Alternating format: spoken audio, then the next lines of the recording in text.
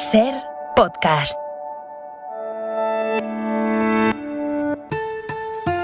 Hora 25. Aimar Bretos.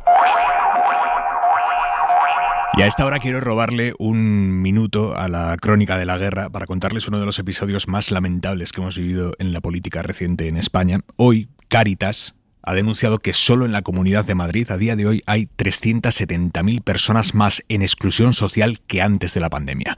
Y que 1 de cada 6 familias se queda en una situación de pobreza severa después de pagar los gastos de la casa, la hipoteca, el alquiler, las facturas, lo que sea. Pobreza severa.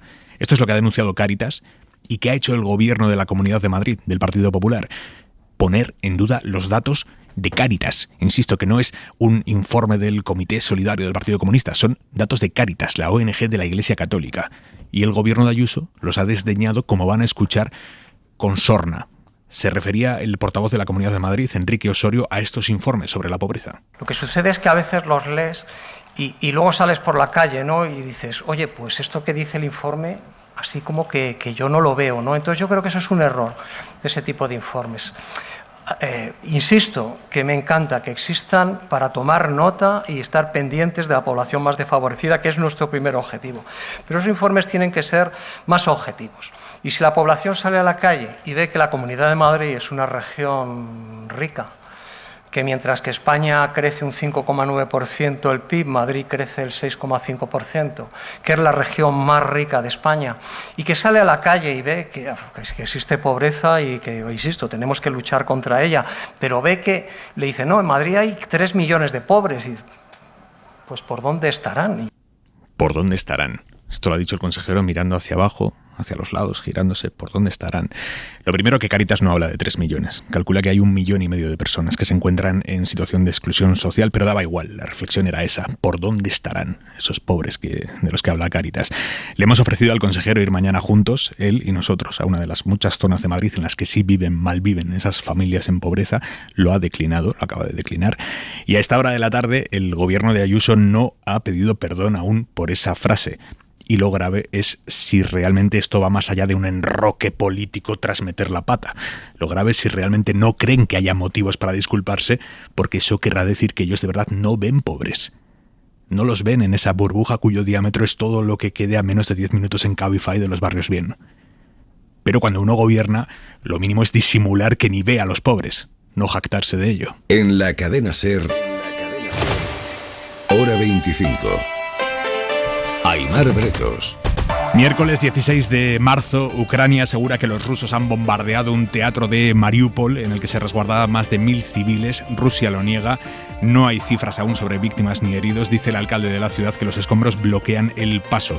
Se lo acaba de contar a la BBC. Esta tarde ha surgido casi como un espejismo la posibilidad de que Rusia y Ucrania estuvieran llegando a un preacuerdo para un alto el fuego, pero el negociador de Ucrania lo ha diluido sustancialmente hace 1 hora. Y en Rusia, Putin empieza a señalar ya a los propios rusos que protestan contra él. Los señala con el dedo, los llama traidores, escoria, quinta columnistas. Por supuesto que Occidente intentará apostar a la llamada quinta columna, a los traidores, a los que ganan su dinero aquí pero viven allá. Cualquier pueblo, y especialmente el pueblo ruso, siempre podrá distinguir a los verdaderos patriotas de la escoria y los traidores y simplemente escupirlos como un mosquito que accidentalmente voló a sus bocas. Vamos con todo ahora. Antes el tiempo. Jordi Carbó, buenas tardes. Buenas tardes. Empezamos destacando que la concentración de calima a partir de mañana va a ir a menos, pero aún así con una calidad del aire no demasiado buena, sobre todo en el Mediterráneo y especialmente al sur de Baleares. La mejoría será más evidente a partir del viernes. Y mañana con muchas nubes, esta noche chubascos en el Cantábrico. Durante la mañana se irán abriendo ya claros, también en Galicia y en las provincias que limitan con Portugal, pero en la mitad este del país muchas nubes con chubascos, mucha atención en Murcia, sudeste de Castilla-La Mancha, así como en la Comunidad Valenciana, ya que aquí la lluvia puede acumular cantidades de más de 100 litros por metro cuadrado. Y hay media hora 25 deportes. Jesús Gallego, buenas tardes. Buenas tardes, Liga de Campeones, partido de vuelta de octavos de final a las 9 en Italia, Juventus-Villarreal. Empate a 1 en la ida, el equipo de Emery sale arriba con Danjuma y Jeremy Pino. Y también contaremos la última hora de Barça, Sevilla y Betis, que mañana se juegan el pase a los cuartos de final de la Europa League. Empieza ahora 25.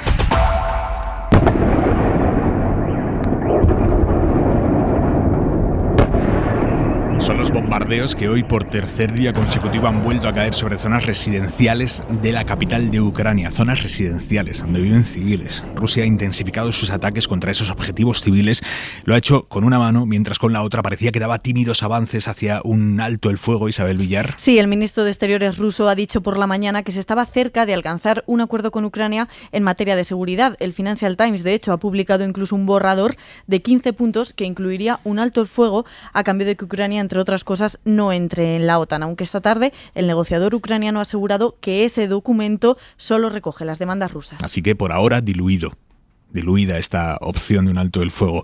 A la espera de avances definitivos en ese terreno, el negociador sigue la ofensiva. El ayuntamiento de Mariupol, una de las ciudades más asediadas, está intentando acceder a esta hora a un teatro en el que, según el ayuntamiento de la ciudad, se resguardaban más de 1.000 personas. El Kremlin niega estar detrás del ataque, dice que han sido las propias fuerzas ucranianas. Ángel Villascusa, buenas tardes. Buenas tardes. Sí, por la noche bombardeos indiscriminados contra zonas civiles residenciales y por el día ataques selectivos contra estos objetivos. Ese parece el modus operandi del ejército ruso. El último, el bombardeo que decías, ha sido contra el teatro de Mariupol, donde había entre 1.000 y 1.200 personas, según ha confirmado el vicealcalde de la ciudad a la BBC. Se desconoce todavía el número de víctimas. El ayuntamiento de Mariupol dice que el acceso al teatro está completamente destruido. En las últimas semanas estaba siendo utilizado por la población para refugiarse de los ataques de la aviación rusa. De ahí que se estime que pueda haber hasta 1 millar de personas atrapadas. Fuentes rusas citadas por la agencia TASS, la agencia de noticias oficial de Rusia, lo niegan y dicen que han sido milicianos del batallón nacionalista Azov ucraniano quienes han volado el edificio. No es el único ataque contra la población civil de hoy. Decíamos, las tropas rusas se están recreando, sobre todo en el norte y en el este del país. En Chernigov esta mañana han asesinado a 10 personas que hacían cola para comprar el pan. En esa misma ciudad, esta tarde, los servicios de emergencia se han encontrado con los cadáveres de 5 personas, entre ellas 3 niños dentro de un edificio que había sido bombardeado. Putin ha sido el primero que ha echado hoy un jarro de agua fría esta tarde ante el aparente avance de las negociaciones con Ucrania. Él ha dicho que la guerra en Ucrania, la operación como la llama él, está justificada y que la ofensiva avanza según lo previsto. Si Occidente piensa que Rusia se echará atrás, es que no nos entienden. Esto es lo que ha dicho Putin esta tarde. Y no son solo palabras, también la OTAN rebaja mucho las expectativas sobre un posible alto el fuego. Ha dicho el secretario general de la OTAN, Stoltenberg, que ese teórico avance en las negociaciones no tiene ningún reflejo sobre el terreno. Palabras de Stoltenberg tras una reunión con los ministros de defensa de toda la OTAN en la que ha participado la ministra española Margarita Robles. Tenemos que prepararnos para una guerra larga. Es todo absolutamente imprevisible. Quiero decir, todos sabemos que Putin tenía pensado que esto fuera una intervención rápida y corta, con un éxito para él. No ha conseguido ese objetivo y, por tanto, cuando se planifica algo, pues obviamente hay que ponerse en el peor de los escenarios. Y también ha apelado directamente al presidente Biden en inglés. Lo vamos a escuchar ahora en unos minutos, pero antes nos vamos a ir a Ucrania en directo. Allí está Nicolás Castellano. Buenas tardes. Hola, ¿qué tal, Aimar? Buenas tardes. Nico, han huido ya más de 3 millones de ucranianos desde Ucrania. El asedio a Kiev está acelerando esa huida en masa y tú lo estás viendo claramente desde donde estás, que es en el Lviv. Sí, en el Lviv, tanto en la estación de tren como hoy hemos visto en la estación de autobuses. Aquí ha llegado un niño de 12 años, Nazar. Lo más que echa de menos es su familia y su gato y su casa, y lo que quiere es volver y tener la vida como era antes. Nazar, que de los 28 compañeros de clase Aimar, solo hay 4 que siguen en Kiev. El resto ha huido como él, que trata de pillar un autobús en compañía de su madre Irina, de 36 años. Emocionada dice que le duele mucho la huella psicológica que ha dejado su marido, que se queda en el frente. Ambos se subían a un autobús con destino a Berlín, más de 1.000 kilómetros de distancia desde aquí. También les acompañaba su familiar Anelia, 30 años, domina el español porque veraneó muchos años en nuestro país, trabaja para una compañía de telecomunicaciones internacional americana. Es un dolor inimaginable. No puedes, es un estrés permanente de tu cuerpo, que estás preocupada por tu país, por tu gente, por tu familia. La primera semana yo creo que era la más dura, no podía ni trabajar, ni comer, ni dormir bien. Además, Anneli está muy preocupada porque ha dejado a sus padres atrás, viven en Kiev, ellos se niegan a dejar la casa del pueblo. Ella dice que hasta hoy Aymar no compartía la idea de ser una patriota, pero que ahora con la ofensiva rusa lo comparte totalmente. Gracias, Nico. Hoy el presidente de Ucrania, Zelensky, ha hablado ante el Congreso de Estados Unidos por videoconferencia, un discurso muy emotivo en el que ha apelado a los grandes traumas colectivos de Estados Unidos para pedir más apoyo militar a Ucrania. Os necesitamos ahora mismo. Recordad Pearl Harbor, esa terrible mañana de 1941, cuando el cielo se volvió negro por los aviones que os atacaban. Acordaos, recordad el 11 de septiembre, cuando gente inocente fue atacada sin que nadie lo esperara y sin que pudierais pararlo. Nuestro país experimenta eso mismo cada día, en este momento, cada noche, desde hace 3 semanas. Y se ha referido directamente a Biden, en inglés. President Biden, being the leader of the world, means to be the leader of peace. Le ha dicho presidente Biden, ser el líder del mundo significa ser el líder de la paz. El presidente de Estados Unidos acaba de anunciar un paquete de $800 millones de ayuda militar a Ucrania, entre los que hay drones y misiles antiaéreos, drones armados para los ucranianos. Es un salto en el envío de armamento. Informa desde Washington para la SER, Víctor Sancho. Estados Unidos sigue negando a Zelensky la implementación de una zona de exclusión aérea en Ucrania, pero sí que ha respondido inmediatamente a la urgencia de más armamento y capacidad militar. El nuevo paquete de equipamiento de defensa incluye sistemas antimisiles y antitanques, miles de armas con millones de municiones y, por primera vez, unos drones de última generación que demuestran el compromiso del país con la defensa de Ucrania y que estaban en la lista de deseos del gobierno ucraniano para hacer frente a la ofensiva rusa. Para el presidente Biden, la batalla en Ucrania podría ser todavía larga y difícil, y de ahí su promesa en nombre de todos los aliados de que este paquete de asistencia militar podría no ser el último, ya que seguirán enviando ayuda de defensa y facilitando armas a Ucrania cuando sea necesario. En Estados Unidos, noticia económica muy relevante, la Reserva Federal mueve ficha para frenar la inflación, o intentarlo al menos, y acaba de subir los tipos de interés por primera vez en 3 años. Por primera vez desde 2018. Eleva el precio del dinero un 0,25%. ¿Qué consecuencias va a tener esto allí y aquí también? Jordi Fábrega, buenas tardes. Buenas tardes. Subir los tipos de interés implica que es más caro prestar dinero, es decir, los bancos cobrarán más por las hipotecas, cobrarán más por los préstamos, y eso pretende controlar el consumo y evitar que los precios se sigan disparando. La inflación en Estados Unidos llegó al 7,9% en el mes de febrero. Por eso también la Reserva Federal empezará a vender parte de la deuda que ha comprado durante estos años de pandemia. Aquí en Europa las consecuencias serán de otro tipo, porque el Banco Central Europeo de momento no está copiando las decisiones de la Reserva Federal. Aquí no hay fecha aún para la subida de tipos, en parte porque la recuperación económica tras la pandemia es menor y porque los efectos de la guerra en Ucrania se notan más. Aquí en España hoy es el tercer día del paro del transporte convocado por una asociación teóricamente minoritaria, la Plataforma de Defensa del Sector del Transporte, pero aunque tanto el gobierno como las grandes empresas del sector siguen insistiendo en que esta gente representa a muy pocos transportistas, problemas empieza a haber, porque los piquetes son muy violentos o por lo que sea, pero la Federación de Industria de Alimentación y Bebidas reconoce que se producen incidentes, sobre todo por los cortes de carretera y por los piquetes. A esta hora, las industrias siderúrgica, frutícola, agroalimentaria empiezan a enviar mensajes de que así no se puede trabajar, y en el caso concreto de la industria de la leche, dicen que a partir de mañana ya no recogen leche en las granjas ni en las explotaciones ganaderas. Eladio Meizoso. Las disrupciones puntuales que reconoce el ministro de Agricultura pueden ser generales mañana en un sector esencial en la alimentación. La patronal láctea Fenil dice que si no se garantiza la libertad de movimientos, sus empresas no irán a buscar la leche a las granjas ni llevarán la leche procesada a los puntos de venta. Otras patronales y ramas de actividad se han ido pronunciando en esa línea. AECOC, que representa a toda la gran distribución, pide directamente al Ministerio del Interior la actuación de los cuerpos de seguridad del Estado. Y algo similar dicen también las grandes patronales de camioneros representadas en el Comité Nacional del Transporte, reunido hoy con el Gobierno, pero al que no tiene acceso la plataforma que ha convocado el paro en marcha, y no está porque no ha conseguido la representatividad necesaria por su carácter minoritario. Tras esa reunión con los representantes de los grandes transportistas, la ministra Raquel Sánchez ha garantizado que los camioneros que quieran van a poder trabajar en los próximos días. En cuanto a esos incidentes que se están produciendo en algunas vías, en algunas infraestructuras, vamos a actuar con mayor contundencia, que se están adoptando medidas como reforzar, ¿no?, ese tránsito de los los camioneros, de los transportistas que quieren trabajar a través de convoyes para poder asegurar, y yo creo que es lo más importante,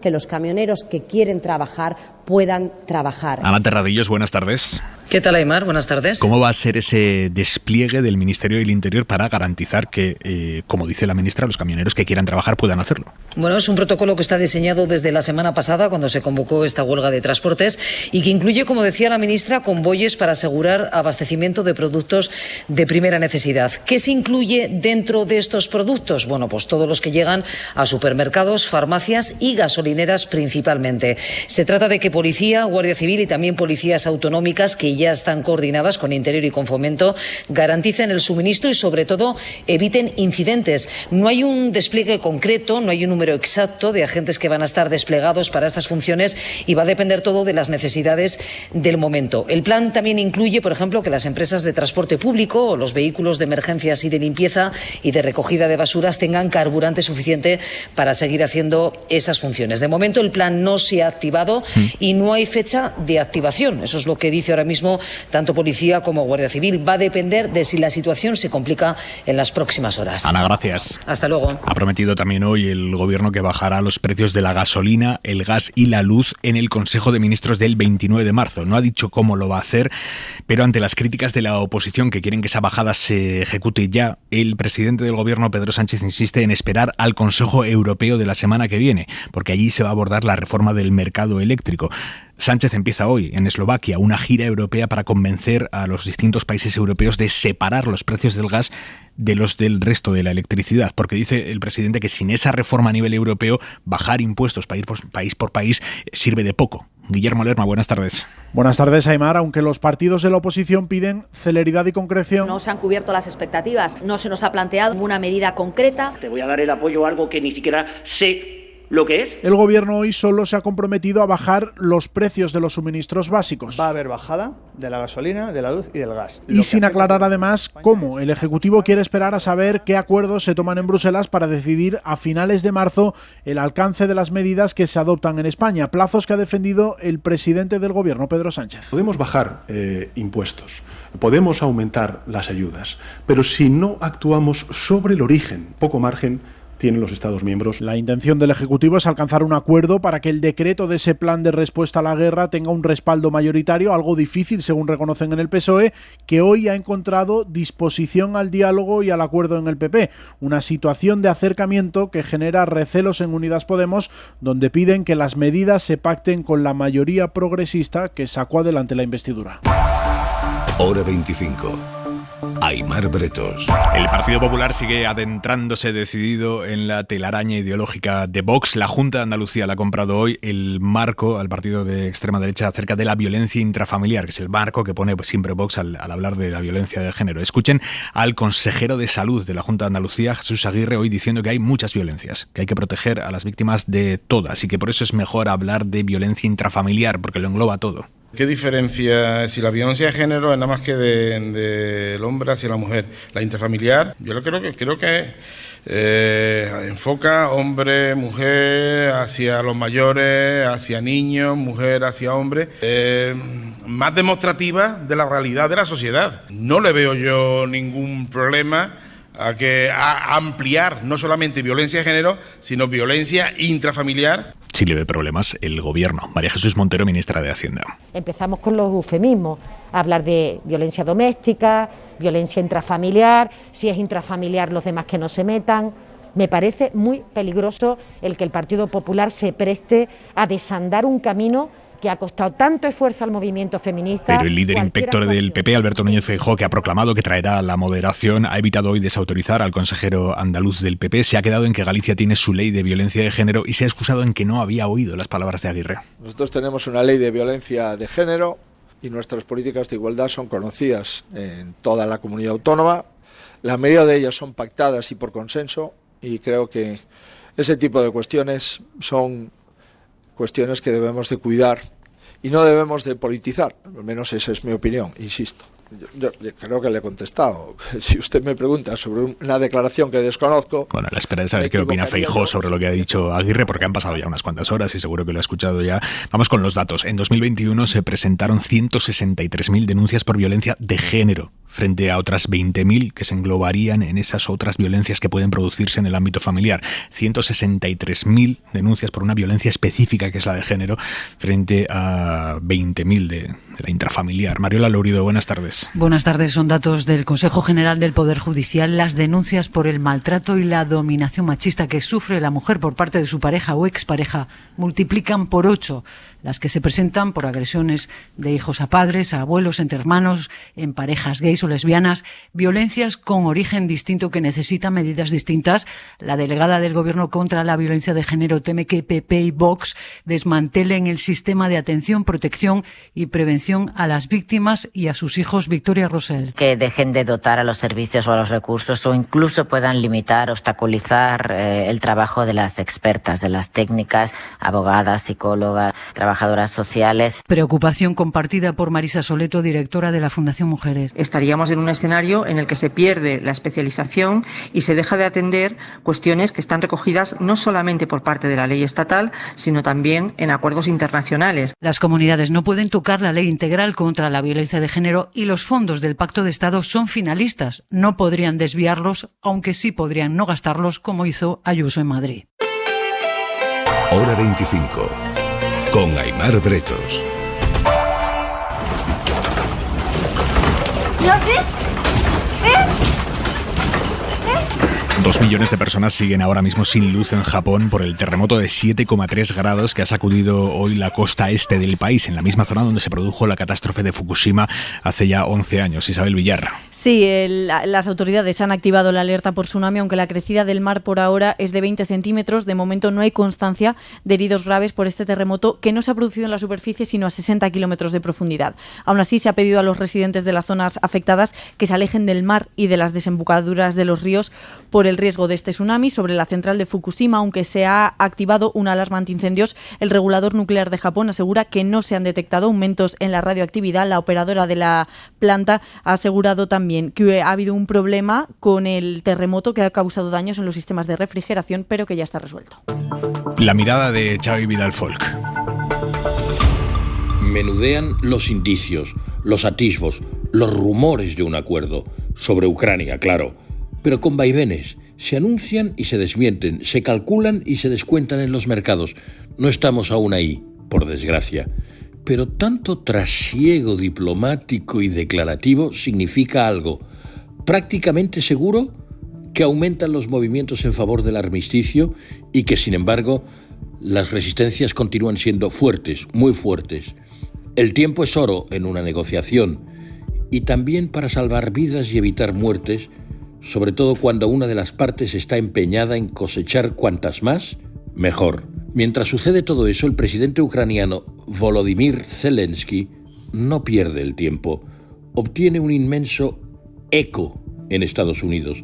Pocas veces en un país tan dividido, las dos cámaras, reunidas conjuntamente, reciben y aplauden con unanimidad a alguien como ahora. El antiguo actor, investido como líder de la resistencia a Ucrania y de la dignidad universal, ha tocado la fibra más profunda del resistencialismo democrático y humanista norteamericano, las Torres Gemelas y Pearl Harbor, y ha emulado a Martin Luther King cuando dijo "I have a dream", tengo un sueño.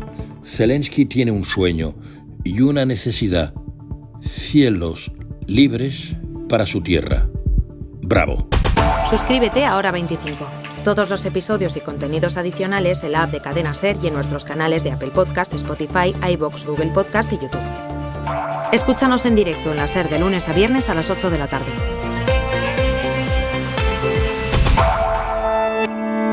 Cadena SER.